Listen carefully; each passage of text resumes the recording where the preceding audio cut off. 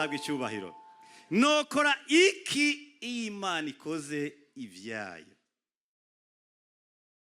Babuzwa na mpwemu yera kuvuga ijambo ry'Imana muri Asiya. Umurongo wa ndwi 7 bashitse aho ahabangikanye n'imusiya bagerageza kuja i Bituniya. Mpwemu wa Yesu ntiyagirante, ntiyabakundira, baca imusiya bamanuka bashika i Tirowa.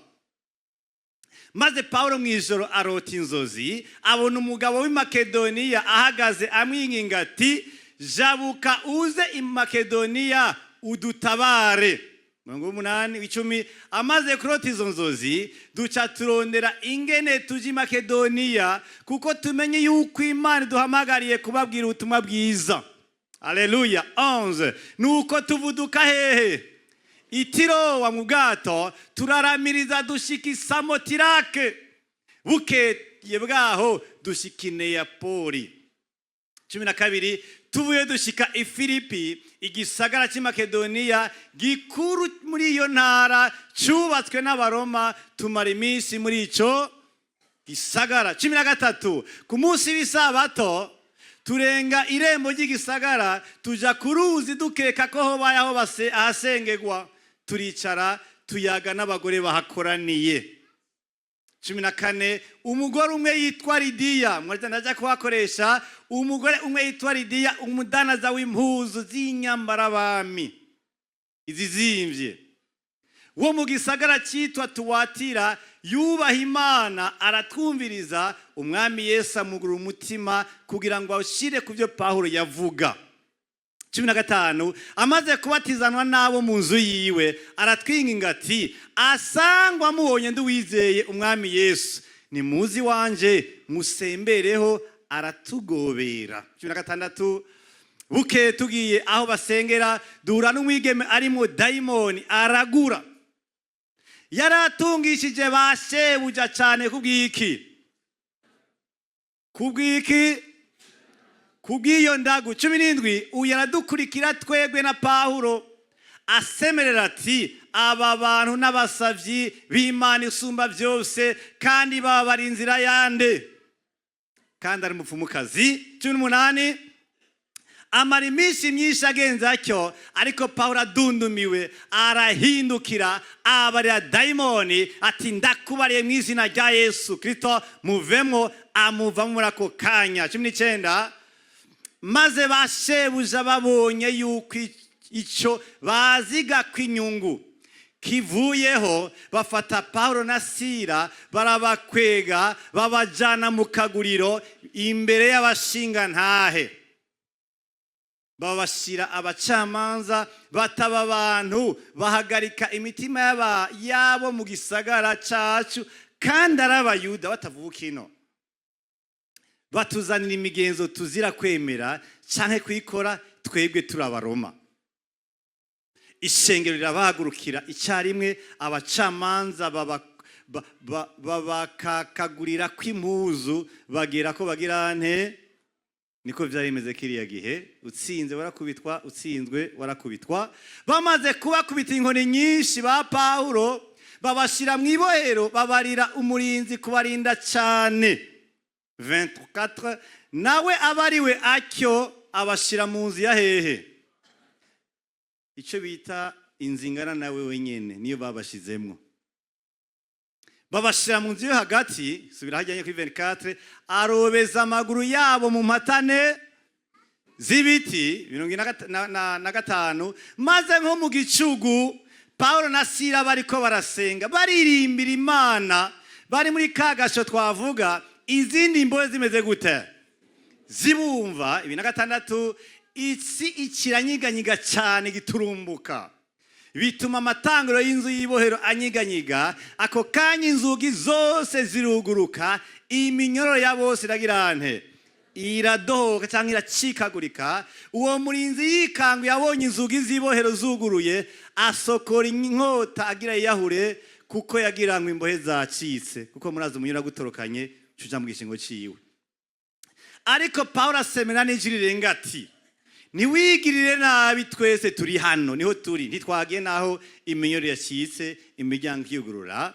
arasemerera 29 ahamagaza imuri yitera mu nzu ari mu gatengo k'ubwoba yikubita imbere ya Paulo na Sila arabaza ikibazo 30 arabasohokana arabaza ati bagenzi nkwiye gukora iki ngo nkire 31 nabo baramwishura bati izera umwami Yesu urakira bemwe nawo mu nzu yawe. 32 baramura ijambo ry'umwami Yesu nawo mu nzu yiwe bose. 33 muri ico gihe nyene cijoro arabajana arawuhagira inguma z'inkoni acarabatizwa bo nabiwe bose.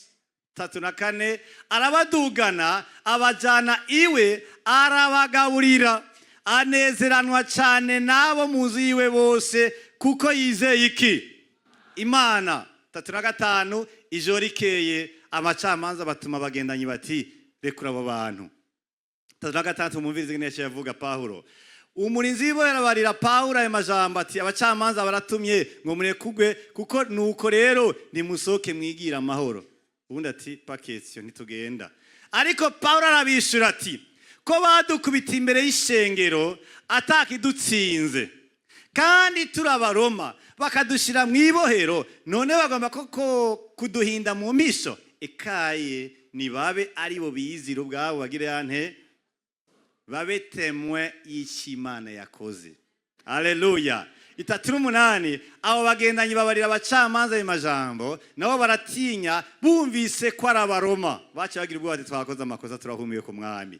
39 baraza barabakomera ibo hajya ibo hashira amashi uko kiya kiragoye n'ikindani barabakomera amashi barabasora babinginga kuva muri ico gisagara 40 bavuye mu ibohero baja kwa Lidiya barinjira bamaze kubona bene data barabahanura bavayo. Yesu abwe icyubahiro. Nokora iki Imana ikoze ivyayo que faire que Dieu s'impose. Imana habwe icyubahiro. Nokora iki iyo Imana ikoze ivyayo. Imana habwe icyubahiro. Bibiliya tubwira mu gitabo cy'imigani cya 16 umurongo w'9 hari ijambo rikomeye cyane benshi bararizi mugo rirashaka kudufasha kwiyumvira ku Mana no kwiyumvira kwino nkuru dusomye kandi twasomeye hamwe. Ibi tubwira muri kiya gice ngo umutima w'umuntu wigerera iki inzira ariko Imana itumbereza iki. Mu Faransa bavuga ngo l'homme propose et Dieu dispose. Kubera yuko twaremanye gushaka turemanwa ubwenge turanagirwa n'umuturakizwa turanabwirwa byinshi muri Bibiliya hari igihe umenga byose twobitahura ariko ntibikunda. Hari igihe Imana iza mu Mana bwayo igakora ibintu tuyibona kandi hamwe na hamwe tugaca bugufi nkuko n'abamwawe mva ngarukako nabo ni baraciye bugufi Imana imaze kubabuza kuvuga ubutumwa bwiza kandi aribwo yabahamagariye. Imana ihabwe icyubahiro. Haleluya. Benshi rero usanga twarakomerekejwe n'iki n'ivyatubayeko ariko byinshi biva ku Mana. Usanga ibikomere by'abera byinshi bifatiye ku byababayeko kuri kahise kabo kubera iki vyarabagoye kubona mu Imana vyarabagoye kubonamwo iciza ariko nagenda babwire urakumbura ushire mu Imana hajya ahantu irimwo bijya nyene umenga byose wahendiye kuri Satani Imana irimwo yobikura mu iciza. Imana ihabwe icyubahiro. Benshi ibyo bariko barabona muri no misi ikigenda kiraba ku buzima bwabo umenga nta Mana irimwo umenga nta ciza kirimwo ariko urakwiye kurondera gutaha uriko biraba. Imana ishobora kubirimwo nkuko ari yabanje kuza abavuga ubutumwa aho twabonye ikaboneka handi. Isabwe icyubahiro. Iyi nkuru dusomye mu gitabo cy'Ibyakozwe 16 ni inkuru iryoshye cyane kuko yerekana Paulo na Sila bagiye mu cyo bamwe bitanga urugendo rwa kabiri rw'ivuga butumwa. Aba baribwiye bari kumwe na Barnaba n'abitwa ba Jean-Marc ari nk'abane n'abandi bari impande yabo na Timoteyo baravuga bati erega mu rugendo rwa mbere twarakoze ibikorwa bidasanzwe kandi amashengero menshi yaravutse nuko rero nkuko abantu bose bashatse za kwitabwaho reka tugenda aho twaciye tugire turakomeza abaho.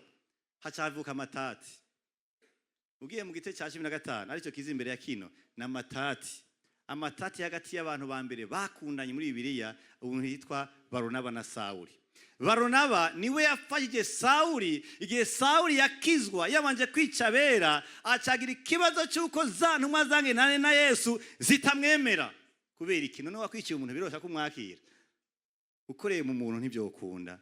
Mugabo bagatiye umugabo ubwo Sabaroma bamutumye ngo aze muri twebwe ase na twebwe hamaze abandanya twica aduvise.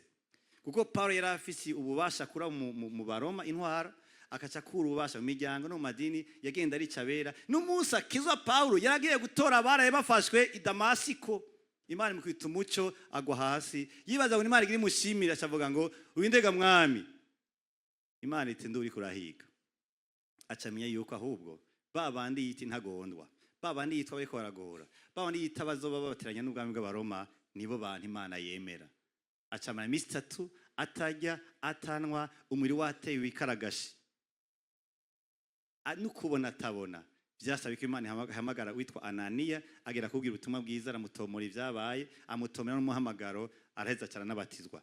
Amaze kubatizwa Baronaba niwe muntu yamufashe ati wewe ngo nagutwari Yerusalemu kugira bamwe 12 babona Yesu, bamwe bita apotre ba vrai, apana ba autoproclamé, bumve ko bokwemera. Ntibamwemeye. Amutwariye Antiokia birakomera, Imana cyo bahamagarira hamwe. Urugendo rwa mbere bari kumwe, bari abantu yari couple pana y'umugabo n'umugore, mugo bari abantu babiri bakomeye cyane, bari kwa gutumwa bwiza ya Antiokia no mu mahanga atandukanye kubera ingene bumva Imana. Urugendo rwa kabiri rugeze, baca basanga hari ikintu cyabaye ko batakiye cyo kimwe. Uwitwa Yohani Mariko yari yaciye urugendo rw'akazi hagati. Hageze gusubirayo bavuga ati dusubire hahandi. Paulo atimviriza, Yohana Mariko yadusize hariye i Pamfiliya, ntasubira inyuma yanje, siyo muze wa kazi, arafina yadutaye kuri terrain. Baronaba yumva aramwakira ati no muha deuxième chance, no muha kajyo guzobohoka, ariko Paulo ntibyamukundira.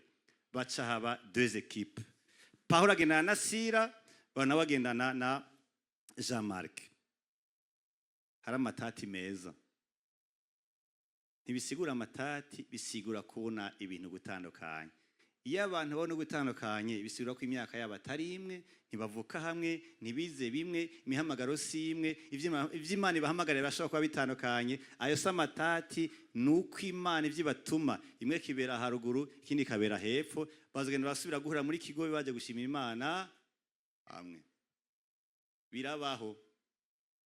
Paulo rero na Sila bamanutse, bibitwereka yuko bagiye kuvuga ubutumwa, bagiye kuraba ingene vyagenze, bagiye mu bisagara bitandukanye ko bayitubwiye, kubera yuko bagiye ngo bararemesha ngo amashengero ahantu yitwa Kirikiriya ni Siriya ni Derbe ni Lusitira, n'ahantu bari baraciye mu gendo rwa mbere, barabakomeza bera barategwa intege, hama nyene biraryoha. Ariko bacabibwira bati reka tubandanye Furugiya, reka tubandanye ni Galatiya, reka tubandanye ni Musiya, reka tubandanye ni Bituniya. Ariko bahura n'ibintu batari bigere bahura navyo, ngo mubwiwe niyo babuza kuvuga ubutumwa bw'aho hantu. Maribwo n'umuntu yaguhamagaye akubuza gukora icyo bahamagariwe. Ibintu byose bikugagwa, wasenkere kikugagwa. Ikintu cyose ari bavuga ngo mbega, bavuga mu Kirundi ngo ugowe ivyatsi ntibigirante. Hari genda akanyigera Imana yagatimika kunesha, kubera uri mu bihe toroshe.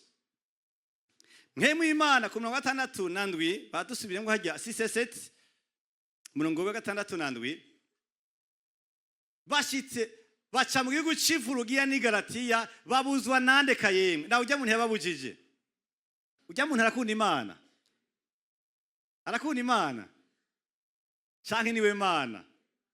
Ninde yabahamagaye? Nujya nyene. Ninde yabakoresheje ibikorwa by'urugendo rwa mbere rwatumye amashengero menshi avuka? Nujya nyene. Ariko bati stop, ntagisura kuvuga.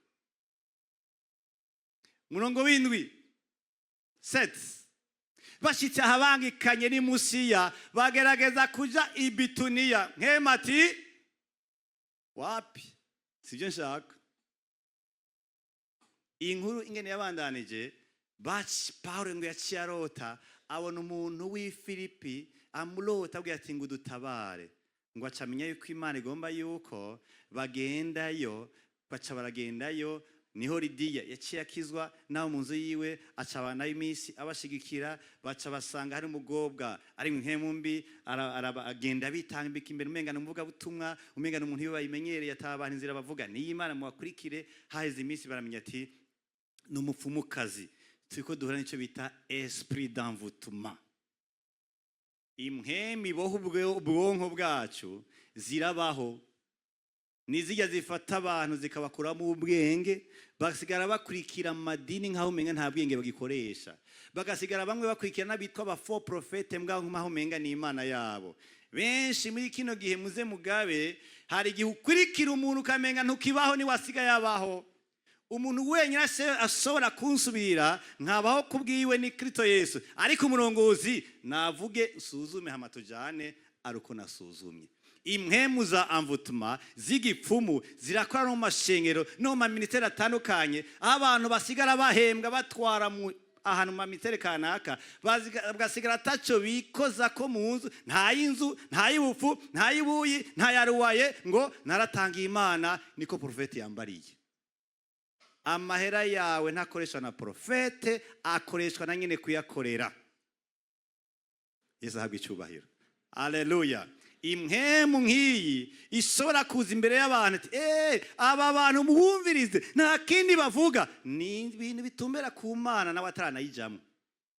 Uwo mupfumu arangira inzira y'Imana gute? Ni kinyuma c'amadayimoni. Tugeze kwa turasengera umuntu aratubwira ati rega mutankwa ibirato nizigenda, nawe yagiye kera nyine si hari tuzengera umubiri kugira ngo abohoke. Tuti none uyu muntu arasengerwa akazibara nyene yosengerwa, tiziko ziraduhenda.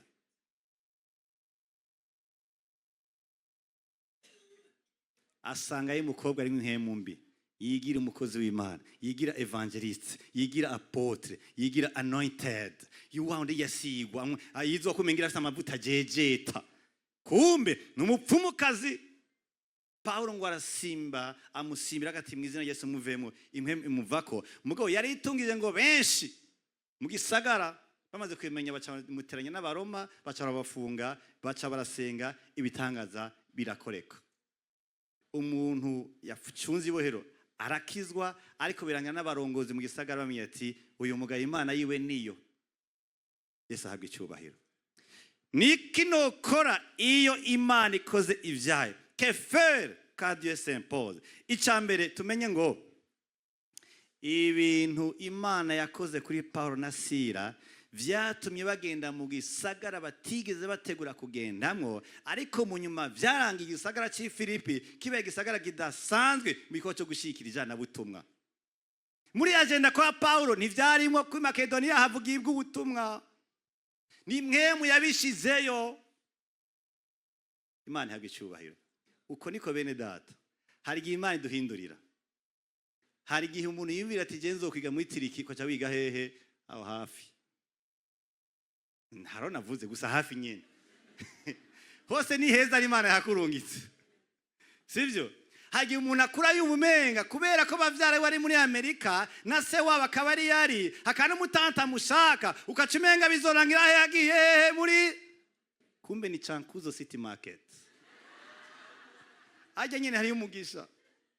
Aho nyene ugasanga Imana izohaguhezagirira mu vyimviro vyawe, kuri agenda, kuri telefone, kuri ekra. US etaziri kumbi kubona hehe Chankuzo. Hari igihe ubwirwa ngo uri mwiza ukamenga n'umuhungu azocaza ari mwiza. Emviriza, hari umuhungu Imana yahezagiye izoguhezagiza wewe mu izina rya Yesu, kuko umugambi w'Imana niwubakiye mu maso hawe. Hari igihe umuntu yiga menshi ukacemera azoca twagwa n'uwize menshi cyangwa azoca twara uwize menshi. Hari igihe uwawe azafise ubundi bwenge budasaba kwandika, kuko nubwo burabaho. Hari abantu bazi kuvyiyumvira batazi kuvyandika, ariko wewe uzi kuvyandika, urakeneye uzi kuvyiyumvira. Imana yempoje, Imana izanye ivyayo, uraca bugufi kuko ntimungana. Wowe iyo ni se w'iminsi, ariko wavukiye ku munsi, kandi iminsi yawe iragize nte iraharuye. Imana yamatumana amaje tuyimenya. Nabonye abantu bose twigisha mu ishuri badutanga kuronka ubuzi. Ego badutanga kuronka ubuzi, bakatanga kuronka imodoka, kubaka inzu. Birabaho. Nabonye abitwa ko ari abakobwa babi mu ishuri batangura kurongogwa, abandi bavuye muri poudre. None nta wumbona. Erega ni Imana izana bakubona. Ntiyakora ikinyamakuru urangirana ngo kikuvuge. Imana yabahumya amaso ntibanakubona, barakwiyumvira bagaca banagutinya, ugasaba niyitwa ko ari bon marché. Biraciyemwo. Biraca mu nyene. Wewe nawe ukiri muri poudre. Aba bantu byerekanye ngo mwateguye gucaho mwaciye. Ariko ngomba ndabahezagiza gato ahantu h'Ifilipi, kuko h'Ifilipi ngomba kuzohakura umugisha kugwa kazoza k'ibikorwa vyanyu. Imana ihabwe icyubahiro. Haleluya. Nokora icyambere nuko Imana ikoze ivyayo. Quand Dieu s'impose, j'ai besoin du discernement. Neza kurondera ingene ntahura ivyo bintu. Ndakene kurondera gutahura ivyo bintu. Yesu ahabwe icyubahiro. Haleluya. Aba bantu bamenye gukwiye kibavyitirira mpemo. Nagiye ni Satani. Ni Satani yabibogeshe n'Imana. Bisira ko uyu muntu aratahura. Ndakene gutahura ibimbako. Ndakene gutahura ivyo ngezemo. Ndakene gutahura umugambi Imana ku buzima bwanje. Ndakene kurondera gusenga Imana kugira numva ikimana kiravuga. Burya abantu b'impemu ho turashobora kugena n'ingene twumva ikirere kimeze kubera mpemu. Yesu ahabwe icyubahiro. Turakene kurobana biko biratubako. Nico bituma aravuga atega hatwara haciye Imana iratwankira. Ahatwara haciye Imana iratwankira. Ahatwara haciye Imana iratwankira. Kubera iki bavyitirira Imana? Ni kubera ko barabonye ko byitirwa Imana nyene biva ku Mana kuba batariko baravuga. Yesu biratubwira muri Yohana 13:1 ngo amenye ko isaha yiwe igeze. Murazi ko hagiye kimwe badufata Yesu bagasanga akabacika. Kuko isaha itare gwagirente. Ariko ageze muri Jean 13 avuga ati harageze siringwa ndabacika nibaze bamfata. Hari ikirere cyawe, hari igihe cyawe. Nagenda babwire n'igihe cy'intambara kirabaho. Igihe cy'intambara kirabaho komiti nonongira ngo abapfumu bose mu quartier baragize inama arde du jour figure moi seul. Bari kubagwana barondeye ngene botahase jeje nyene. Urashaka kumva ko kiratari cyiza ni utangura intambara kugita kirenje kugwana. Hari n'igihe cy'ubuntu, ari igihe cy'ubuntu nicyo utegura intambara kandi bavuga ko intambara itegurwa hehe mu mahoro. Imana ihabwe icyubahiro. Menya ivyo urimo, menya ivyo ugezemo. Imana ihabwe icyubahiro. Haleluya. Kandi kugira umenye ivyo uri kuracamwo ni impaka uba ufise neza na neza ivyizigiro vyiza, ivyo wizera kizima. Abantu benshi Imana ukuntu bayitahuye mu buryo bw'ikiryoha gusa. Ku buryo habaye ikintu kibi imisi yose amari kuri Satani. Ariko umvirize ngene yo bavuga. Yobu 2:10. Job Yobu 2:10 hatubwira gute? Ariko aramwishyura ati ubuze nk'umwe mu bagore b'ibiki. Nimuvyivugire. Mbega none twohabwa ibyiza bisa mu biganza by'Imana tukanka kwakira n'ibibi. Hajya haradutsinda. Iyo umuntu ayobewe mu ishuri Imana ashaka kubirimwo. Iyo bakurenganije mu kazi Imana ashaka kubirimwo. Iyo bagututse ngo ngene gisa birashobora kuba Imana irimwo natareza n'icyo gitutse. Si yatukanye mugo yari gushobora kubirinda muga ntiyabirinze. Ntiyazibiye akana ko wagututse. Imana irimwo kuko hari icyiza ishobora kubikuramwo. Mbega none ngo Imana twoyakira ko ivyiza gusa nkaho umenga nta kibi kibaho. Mbega ivyo byose ubu ntiyakoresheje icaha kanwa kiwe. Yesu ahabwe icyubahiro. Haleluya. Turakeneye kwizera kuzima kutarimwe ibishobisho kudahengamira aho dushaka ngo gusange kuri ko kwirirengagiza aho Imana ishaka. Abaroma 8:17 hatubwira ijambo rikomeye cyane. Romains 8:17. Romains 8:17 hatubwira ngo ariko ko turabana bayo turabaragwa bande. b'Imana turabaraganwa na Kristo. Mugabo harimo kondisiyo si nimba C.S. Lemansi 7e niko bavyiga mu mwaka w'indwi. C.S. Lemansi nimba vy'ukuri tubabazanwa nawe ngo tugirene ngo tubone guhabwa ubwiza, mu yandi majambo ngo bibandanye kutwegereza umutima w'Imana, niko niuzana presence y'Imana ku buzima bwacu. Ucubona yuko ndashobora kwizera ko ndi Yesu, ko ni muri Yesu Kristo, kandi ko ari amasezerano mfise, ukacumenga ko mfise vyinshi muri yajeni Imana yambwiye, umenga nta kibi kizoba. Hari ibintu bibi bizoba bizogutegurira amasezerano. Yesu ahabwa icubahiro. Haleluya. Nicyo gituma ntimurindire kwemerwa na bose, ntimurindire ko ahantu hose babaha ibyo mushaka, ntimurindire ko bose bamenye icyo muri mu gihugu cyangwa mwishirahamwe. Hari ahantu ushika baravye ingene ureha ntibamenye yuko ufise n'imyaka 60 gataho gatamana. We mzee, bizokwama bishika yuko tukoregwa ivyo tudashaka, mugabo niyo twama dufise ukurondera icyo bisigura ku buzima bwacu, bizoheza bigira icyo bizaniye umugambi w'Imana. Yesu ahabwa icubahiro. Haleluya, haleluya. Rondera ko mivyikurabamo. Uretse gukeneye gutavyikurabamo, urakeneye kwakira ubukuru bw'Imana mu gusenga. Verset 25-26. Babandi babwirwa, mwabonye ingene babareze ku Baroma. Babwe ngo abantu ngo bazana ngo yindi mico yindi. Kumbe ko arahura yuko Imana yabo bayikubise hasi. Babateranije ku Baroma, baca barafunga, kandi babakubise kujya umwe wese afise agasho kangana n'umubiri wiwe. Sivyo gusa, n'umurinzi bamuhabwiye ngo ongereza surveillance, gerageza wagumize kwicisha ntihagire n'ugirante n'utoroka.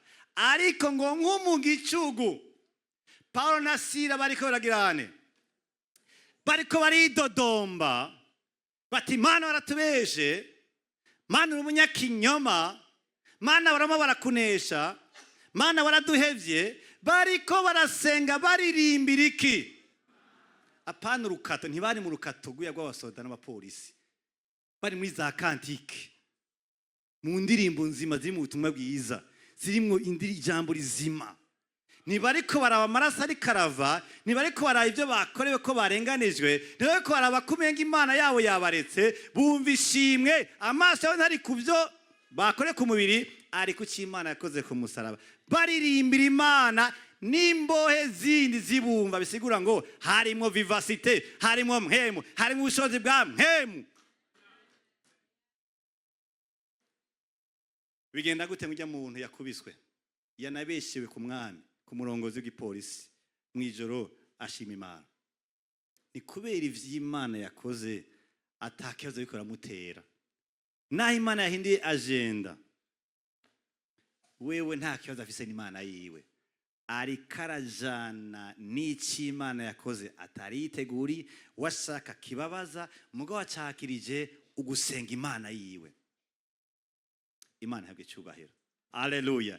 Nico gituma ukabona baguhevye mukobwa uri ngaha, baguhevye genda usenge hama ukrotire dossier ubandanye.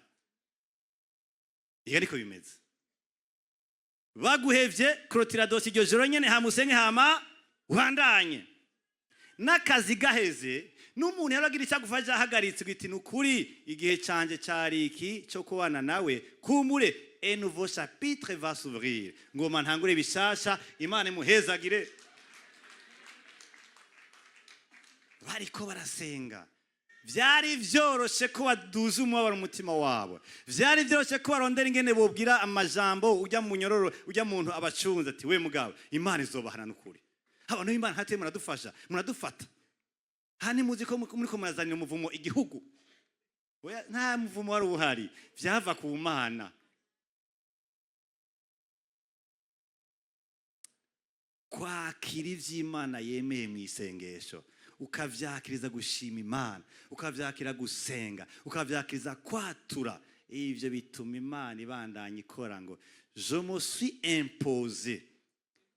Naje nibya muntu ndamuvangira, ndamuhindura uko yabiteguye muri ministere yiwe, mu kazi kiwe, mu rugo rwiwe, mu bintu yapanze nahindiyemo ibintu, ariko nta conflict, nta matata ari hagati yaje n'umusavyi wanje, mbona ariko araduza ishimwe, mu nyuma zobona iciza cavyo. Bene data, ntimuze munigane n'icyo Imana yemeye.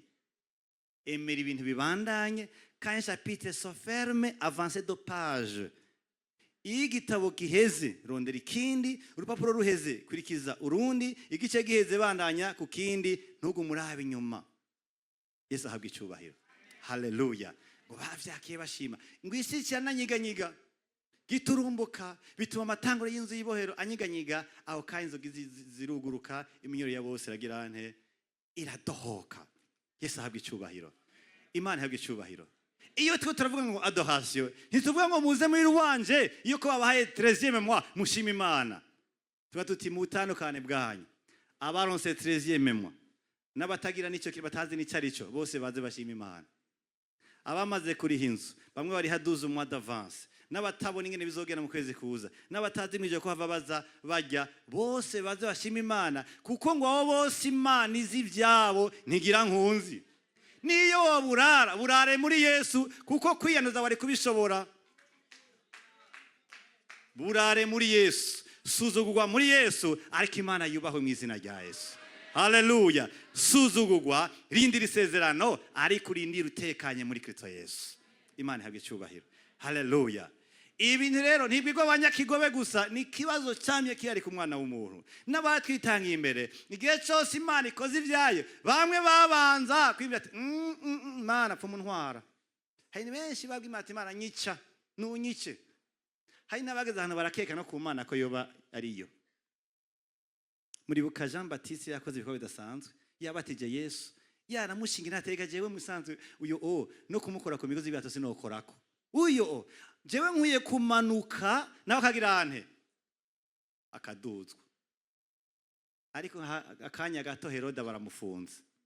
Yohana Baptiste yibera mu ibohero, ararindira ko Yesu yoza, umwe yabatizwa arabura, ararindira umunsi wa mbere arabura, somene ya mbere wapi mze hakuyi ya kabiri mze hakuye, ndagusavye ngo genda usire umumbarize, uri wowe ndakwiye kuza cyangwa turindire uyundi. None we wari umuceri kuri bateme, none nta muceri wariye.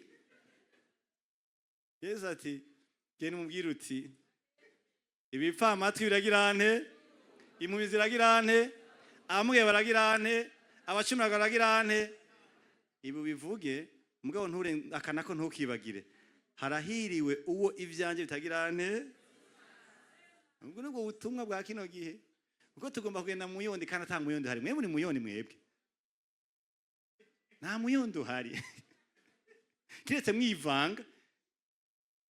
Mugo ndagenda abwire uri kuragendera mu buzima bw'Imana ngaha nta muyondo hari, kuko deja hari isezerano muri Timoteyo rivuga ngo abazogomba kugenda bubaha Imana bazohamwa. Nicyo gituma kwirigana mbonye bose basata tapi bahakwita muze, ndavuga ati hari ikibazo mutama, siyo muze kwanza uyu uwari karivanga. Icyo gituma kuyogira abantu batakwemera baguhoye igoroka kwawe, mugongo ntibaguhora icaha cawe.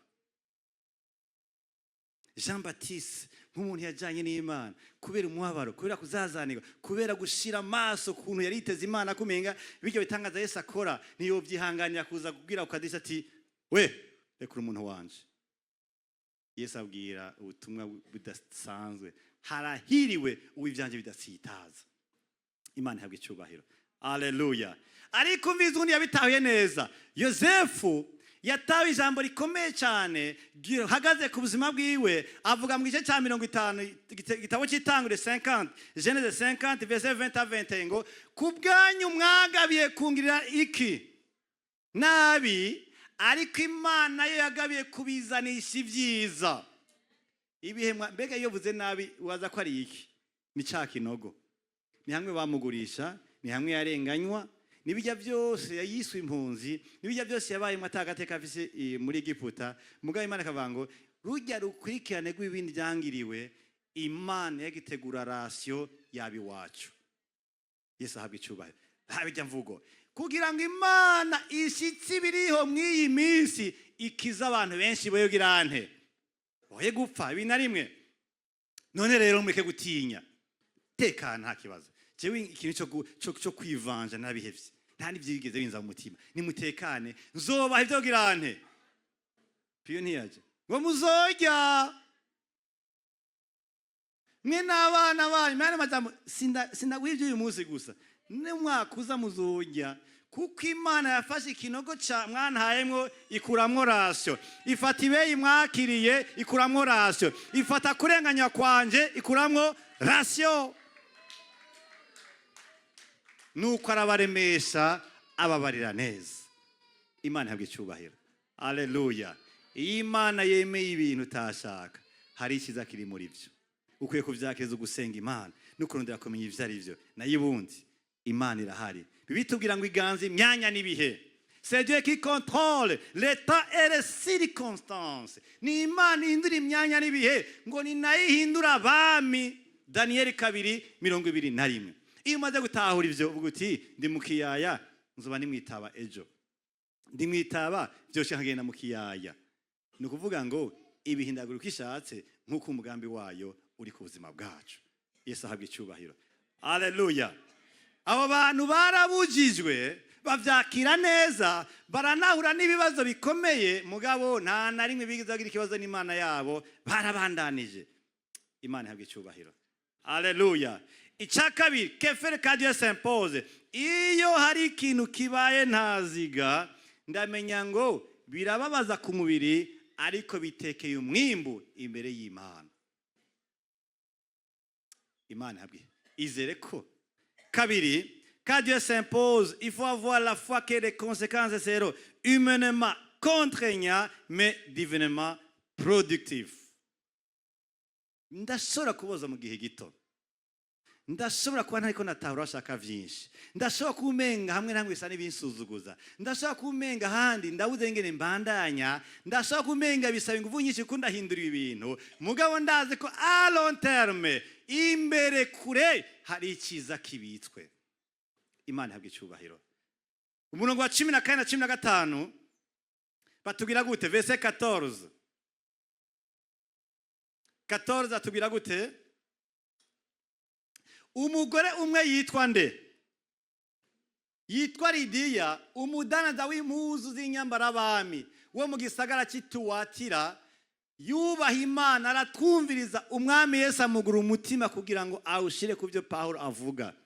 Pawulo abona Imana itanze umwimbo wa mbere waho Imana yamutumbereje. Uwitwa Lidiya yari umuntu akomeye mu gisagara kubera yari mu idini ry'Abayuda, akagira n'amafaranga, acarizera kubera ko yizeye nabo mu nzu ye ngo baciye bizera ngo acarabatizwa. 15 amaze kubatizana nabo, mumviza no hano, amaze kubatizanywa nabo mu nzu yiwe, aratwinginga ati asangwa mubonye nduwizeye umwami Yesu ni muzi wanje musembereho. Aratugobera.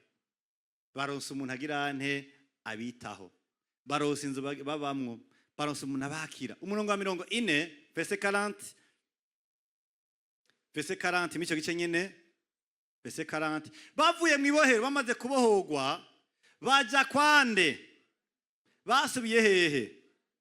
Kwa Lidiya. Barinjira, bamaze kubona bene data barabahanura, bararemesha yani mashengero y'akarere, baca bavayo. Uyo mugore yitwa Lidiya afata ko ari umukizo wa mbere w'Iburaya, kuko hajya burya ni mu Bugiriki. Niwe mukizo wa mbere yatangiye gukizwa, ni nawe cyava mu ishengero ry'Ifilipi n'abantu bakije inyuma yiwe, ni nawe yatanguje wa mutima w'uko amashengero agenda arashikira intumwa.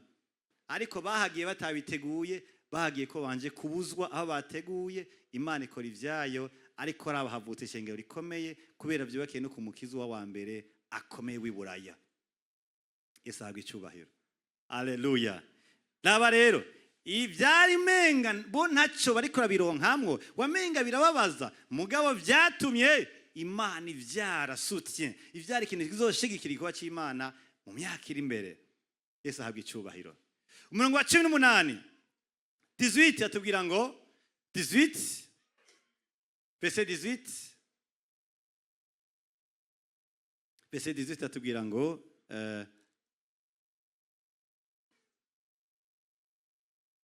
amara iminsi myinshi agenza atyo, ariko Pawulo adunumiwe arahindukira abarira dayimoni ati ndakubariye mu izina rya Yesu Kristo muvemo. Amuvamwo muri ako kanya igisagara kiba kirabohowe. Cyari gifise ibigwamana bitandukanye, cyari gifise umuntu afata ko ari umuntu atuma abantu batunga. Ntawe uzi ko atari abanyepolitike cyangwa abadandata cyangwa abarondera abagabo cyangwa abarondera abagore cyangwa abarondera kwica abantu. Ntawuzi uburyo bari kubaronka amahera biciye muri iyo mpemu. Ari gisagara cyaciye gitabagwa kuko ba Pawulo bahagiye ari Imana batwayeho batigeze babisengera cyangwa babyandike muri agenda zabo. Igisagara kiba kirabohowe kandi isengero riba riravutse. Imana ibirahagwa icyubahiro. Imana ihabwa icyubahiro. Umurongo wa 31 30-31 verset 30-31 tubwira ngo 30 arabasohokana arababaza ati ni wa muntu acunze ibohero abonye ibintu Imana ikoze, aho imiryango y'icuma yugurura, ahisi itigita, aravuga ati bagenzi nkwiye gukora iki? Mwene majambo kw'Imana yanyu mbonye ariyo y'ukuri, kw'Imana yakoze kumwe mbonye Imana yanyu ari y'ukuri, numva je no kora iki? Baramwishura bati izera umwami Yesu uragira ante urakiramwe nawo mu nzu yawe. Ngo yaciye agenda ngo nabuhagira n'inguma, ariko twasomye arabafata neza. Imana ibatanga igikorwa kidasanzwe kwibohero. Yesu ahabwa icyubahiro. Vyari kugenda gute umuntu kwibohera nk'ubutumwa bwiza? Kuko igihe strategy ya Pawulo yagenda ku isinagogi, bisigura ngo umuntu wo kwibohera ntiyari gushikirwa. Mugabo mu butumwa bw'Imana, Imana igumana ijambo rya nyuma. Mu guhamagagwa kw'Imana, Imana igumana ijambo rya nyuma. Nukujya mu ntara bohoka kandi arakira mu yiwe bose barakizwa baranabatizwa. Sivyo gusa, igisagara uciye ku barongozi bacu baramenye Imana y'ukuri. 36 ngaho nyina tubwira gute 36 verset 37 tubwira ngo umurinzi w'imbohe ababarira Pawulo aya majambo ati abacamanza baratumye ngo murekugwe. Nuko rero nimusohoke mwigire hehe? Mwigira amahoro. 37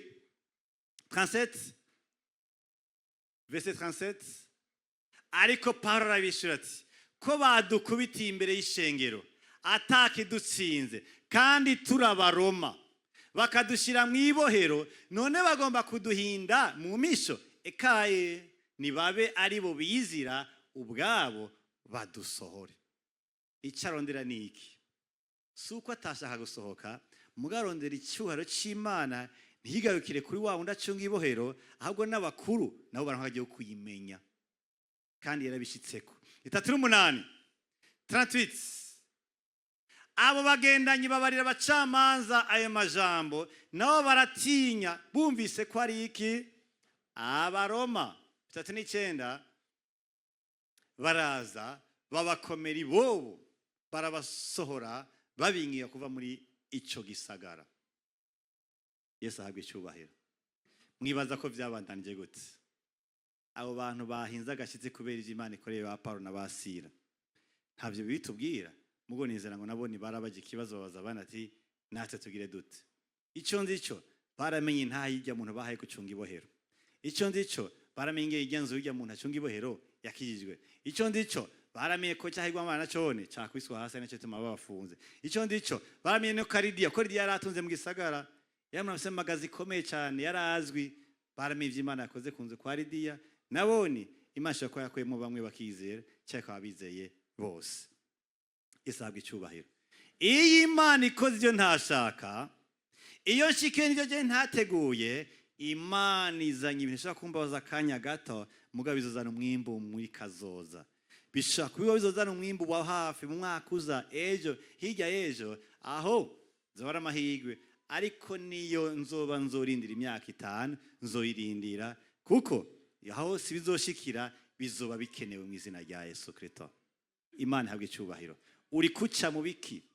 Nibihe uri kuranigana navyo? Nibihe byakunaniye kwakira umutima wawe? Nibihe wamupanga bikanka? Nibihe uri kurasuzugura? Hari igihe umuntu yaza ati ko nize economy nzogera muri CRDB bank, kumbe bishobora kuba bifise ukundi bipanze mu Mana. kufise ikintu utahura ubaza ko ari cyo uzokoramwo. Hari abandi batahura ivyo wize utazi nawe bagutanze gushikayo. Bisigura ngo bijya wumva ushoboye uragendera ngaho. Kenshi abantu turakengera ubuzi uko turondera ko dukora ubwo dusobeka. Hari ibintu badasobeka kandi bigacamwo, sivyo? Ego, Imana ihabwe icyubahiro. Haleluya. Nico gituma udakwiye gukengera intango y'ikintu. Umugabo wawe ashobora kuba umenga nta kazoza, mugasa hazima ari mu Mana, saza afite Imana amuganirije kumana nawe. Mushobora kumenga intango yanyu muri fiança yanyu nta kirimwo, ntaco bona cyo mufata, ariko gira ukwizera mu bandanye. Ushobora kubise umutahe 3 5 10 50 5 miliyoni, ugasanga batumye ko abantu b'imitahe umenga we ntiwoza, none umutahe nangahe? Ni guhera kwihera rimwe. Niko bigisha muri ekonomi. Ego, umutahe ni guhera kwihera rimwe. Ni kuvuga ngo ivyo nyene umenga Imana ikigukoresha bitarushaka, umenga ntibijanye n'ingene ureha, ntibijanye nawe wize, ntibijanye nawe wavuki, ivyo nyene vyovamwo umunara ukomeye cyane. Imana ihabwe icyubahiro. Haleluya.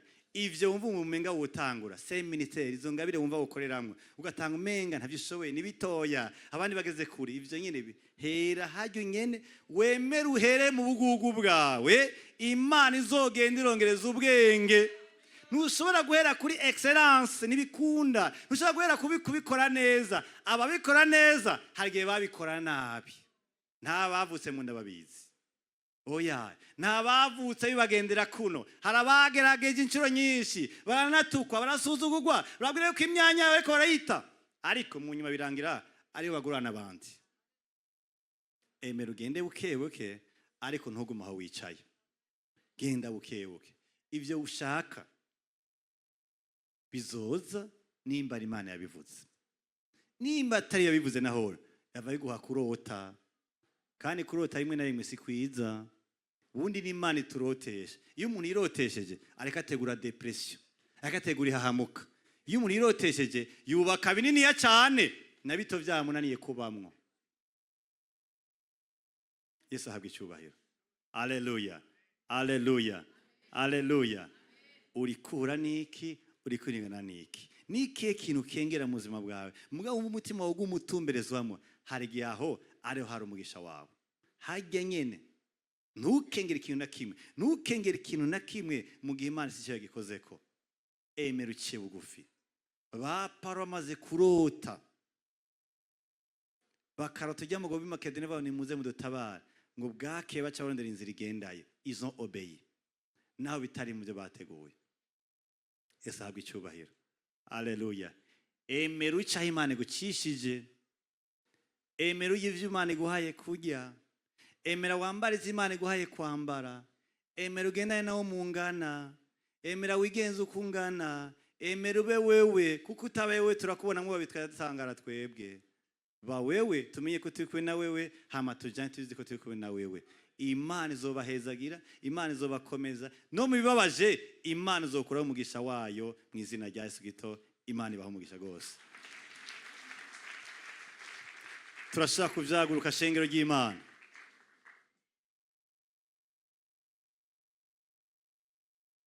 Aturi vyiza kuvyikura camo. Aturi vyiza kumenga bisa naho umenga nta buzima biri muri vyo. Aturi ubuzima ku magufa yumye mu buzima bwawe.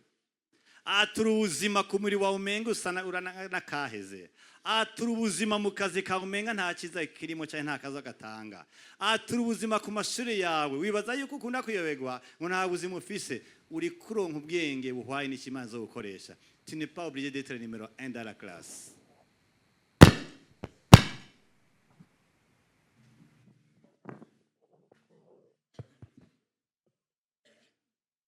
Yesu ahabwe icyubahiro. Mana ndaguhaye icyubahiro. Ndagushimiye ukuru bwawe. Tanga gushimana ko iminsi yawe Imana yize. Turagushimana ko ivyawe Imana ibizi. Turagushimana ko yaguhaye mwe mugira wumvise icyo Imana ivuga ku buzima bwawe. Turagushimana ko yacakoze muri kaheze kandi wayishimiye nubona kwishimira. Turagushima Imana ko Imana ari Imana itananirwa kandi itarenganya. Turagushimana ko Imana itihenda na rimwe mu buzima bwacu. Turagushimana ko umugambi wayo itihenda.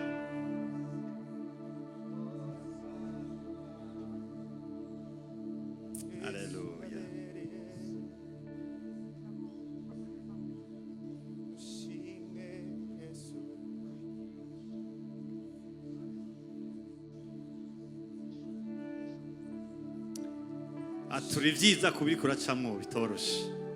Vugira kuri ivyo nyine umenga birasanzwe.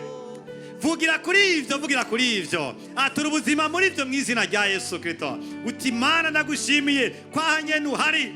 Uti mu rupfu rwawe narakize no muri ko birangora mu kuyobegwa mu kunanirwa mu gutemerwa mu kudatahurwa hanye nurimwo.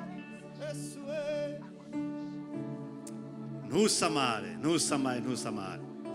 Vugira ku magufa yumye nk'uko Imana abwiye Ezekiyeli ati mbega aya magufa yoronka ubuzima, ati niwo bimenya, ariko wowe warabimenye mu izina rya Yesu Kristo. Waramaze kumenya ubushake bw'Imana. Vugira ku magufa, vugira ku rugo rwawe, vugira ku bana bawe, vugira ku mubiri wawe, vugira ku bana bawe, vugira ku kazi kawe, vugira kuri fiançaye yawe, vugira kuri mariage yawe mu izina rya Yesu Kristo. Vugira ku ngabire yawe, vugira ku burongozi bwawe, atura ibyiza kuri ivyo. Ntusamare mu izina rya Yesu Kristo. Ntusamare. Vuga uti ndakwizeye Mana, ibyo uri kurakora ndabikwizeye ko, uti kandi ndarindiriye icyo uzovuga zokurikira, icyo uzombwira gukora zokora, aho uzondongora hose zovyemera. Ntusamare mwene data, ntusamare. Amazina wise yose, ibyo wiyatuye ko atari byo, birotire. Futa amazina wiyatuyeko, futa amazina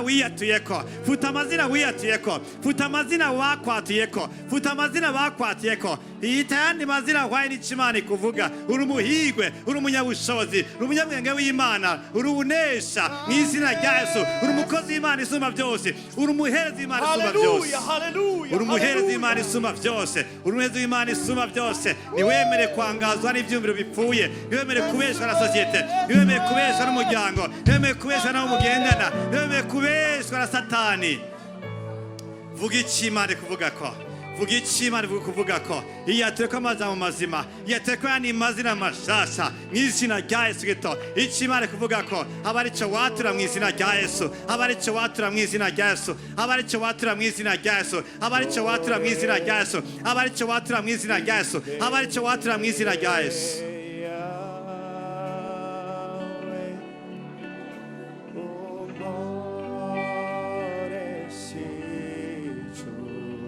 Turasengera ivyariwe n'inzige, ivyumye bizuke mu izina rya Yesu. Ndasengera umuntu wese ari hano mu izina rya Yesu, ivyumye, ivyariwe n'urugi, ivyariwe n'inyenzi, imyaka y'iguhomba mu izina rya Yesu. Imana izure bishasha, ukundi kwizera, kwishugwa, kwirugwa, kurenganurwa mu izina rya Yesu. Mana guhaye icyubahiro, Mana guhaye icyubahiro. Ndakwetse umukenyezi ariko ararira mu izina rya Yesu. Arabona ngo n'igihe kirekire, ariko Mwami ivyizigiro bigarutse kuri we, inzira zirugurutse, ivyizigiro birugurutse, umuryango urugurutse mu izina rya Yesu.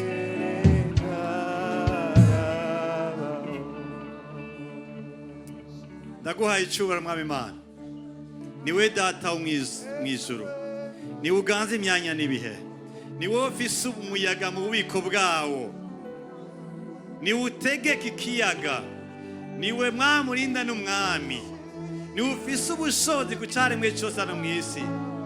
Ndakwese umuntu wese ari hano Mwami akubone ku rundi rugezo, umutabara aho yagutabaje, useruke aho yaririye, useruke aho yananiriwe, useruke aho yasuzuguriwe, useruke aho yarindiririye, useruke aho atatahuriye hose, useruke mu izina rya Yesu. Urakoze Yesu. Mpemu bigaragaze data amapfundo yose yapfunditswe agwanye umugisha w'abera, mu izina rya Yesu acikagurike, imigozi idohoke, imigozi iboshe imigisha y'abera idohoke mu izina rya Yesu. Abarahiriwe mu izina rya Yesu, ivyabo bihinduke mu izina rya Yesu. Amajambo yavuzwe avugiye ku bicaniro vyanduye byose bisenyukane navyo mu izina rya Yesu. Ibitangaza n'utwomeza bigaruke gukorekera imitima y'abera no ku nzu z'abera no ku buzi bw'abera no ku buzima bw'abera mu izina rya Yesu.